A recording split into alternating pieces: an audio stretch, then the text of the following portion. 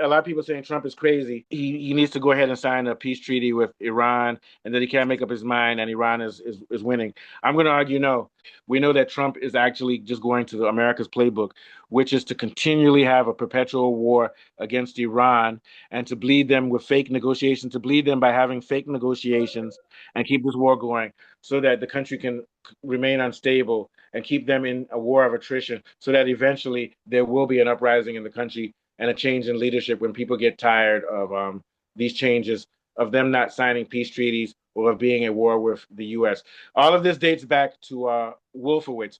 In 1992, Wolfowitz wrote some documents saying that the America's grand strategy is to make sure that there's no other hegemon in the Middle East other than Israel, and Iran is the biggest threat. So Iran needs to be contained. They need to have regime change, and they need to be controlled so that the hegemon in that region is Israel.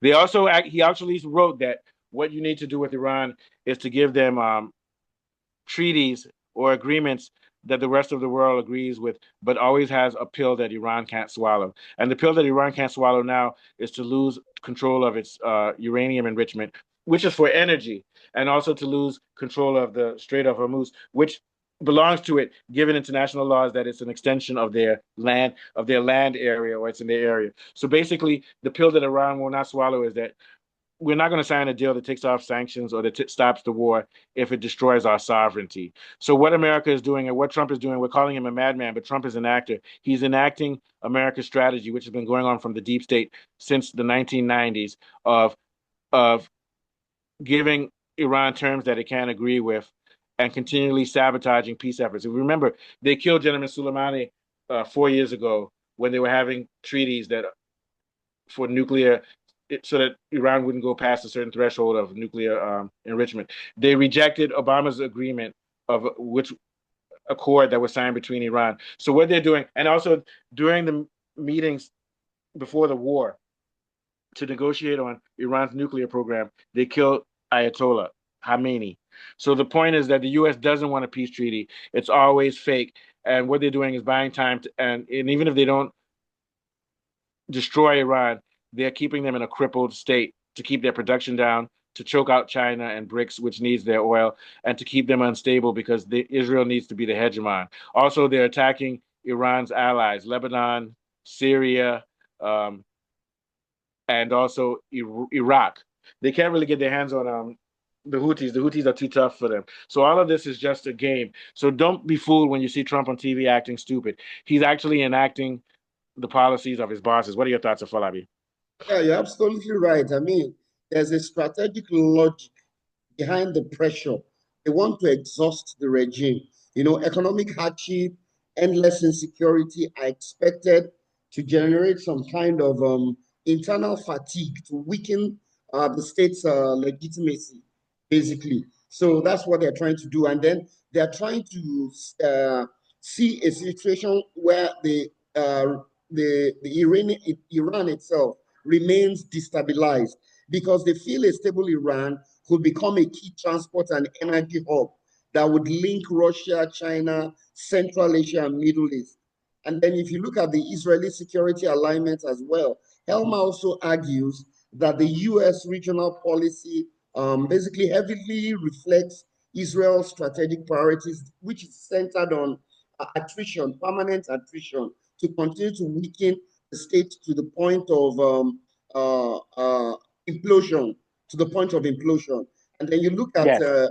also military industrial incentives. Ongoing instability sustains Gulf's armed purchases, transactions, and merchandise, U.S. military deployments, and defense sector profits, basically. So all these Yeah. are what's packed in the strategic logic behind the attrition, the sustained pressure that they're trying to. It's almost like a boa constrictor kind of approach where Yes.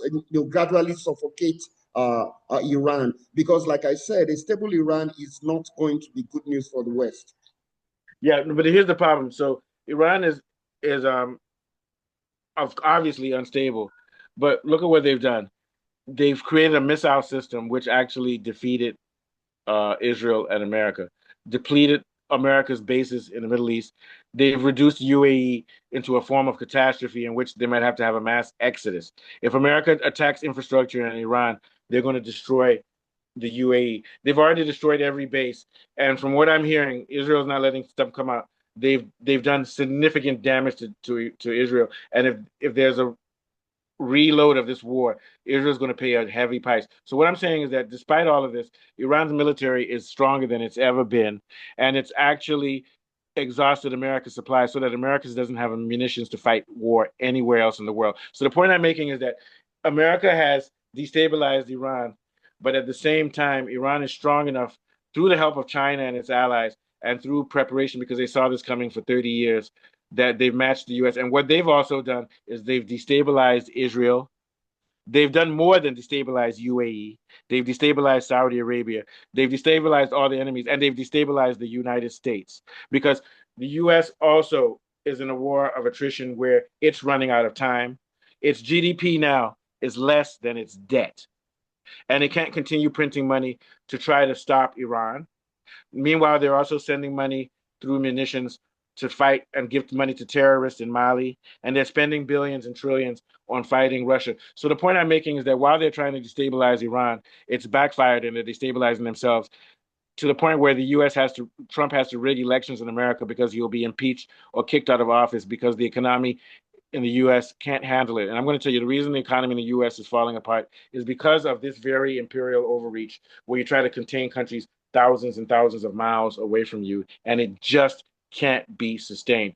Last thing, when Wolfowitz wrote this doctrine in 1992, when Bush was in power, the US had a surplus of energy, they had a strong economy, and everything else. So, based on those projections, they could afford to come up with a plan where you just try to destabilize Iran through perpetual war. But we know that they started the war in Iraq, which has cost them more than $42 trillion. And now the imperial overreach is showing. So what I'm trying to say is that they were assuming that their economy would be as strong as it was 30 years ago, but it isn't. It's because they continually overstretched themselves. Libya, Syria, Afghanistan,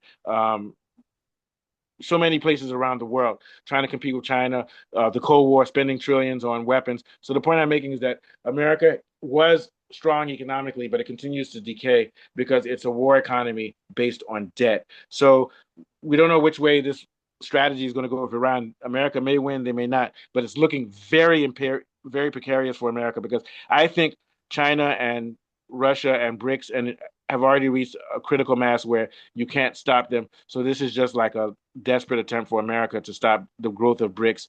And all it's going to do is keep the world unstable, maybe even cause a world war. But in the end, you're not going to stop the rise of multipolarism and the global South and BRICS because they are the majority of the world and the majority of the world's resources. What are your thoughts on Falabi before we get out of here? You're absolutely right. I mean, that's the major contradiction. I mean, you spelled it out brilliantly. America's long-term pressure will eventually lead to self-destruction and combustion. Basically, I mean, if you look at it, the enforcer gradually will absorb the cost of maintaining the entire system of the pressure and the enforcement. I mean, what begins as a strategy to weaken Iran slowly transforms into a cycle of self-exhaustion for the US. I mean, look at cost, for instance, permanent containment of military bases, the cost of financing naval deployments, intelligence networks, regional alliances. I mean, these are not temporary wartime costs, they are permanent structural obligations for the US. And over time, the containment architecture develops into sort of a political and economic kind of interest, making de escalation difficult. So the cost to continue to rise, and it now leads to a kind of strategic overreach. This now weakens the focus. Plus, the combined effect of the US multifaceted pronged approach, war here, war there, war everywhere. So it's not something they can sustain. As they are trying to weaken Iran, they're also internally combusting. That's what I feel. Yes, absolutely. Man, you just got your PhD from somewhere. I don't know where. All right, so we stand with the global South. We stand with Iran.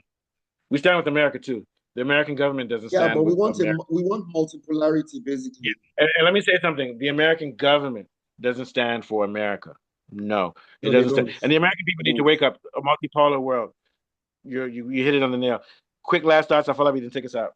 Yeah. Yeah, so basically what we're saying is that they may have a brilliant strategy to continue to weaken Iran, but in actual fact, the contradiction is that in doing that, they're actually destroying themselves too financially, and this might not be a wise decision. On the long run, it might come back to bite the US. And for Mustafa and myself, it's been another brilliant political show. We're back again with some more interesting political stories. My name is Afolabi. Bye for now. That was a brilliant dialogue I went through on YouTube, man. We reached some high levels today. Even the Verstappen one was Exactly, good. with Johnny as well. You know, how many people can do what we just did now?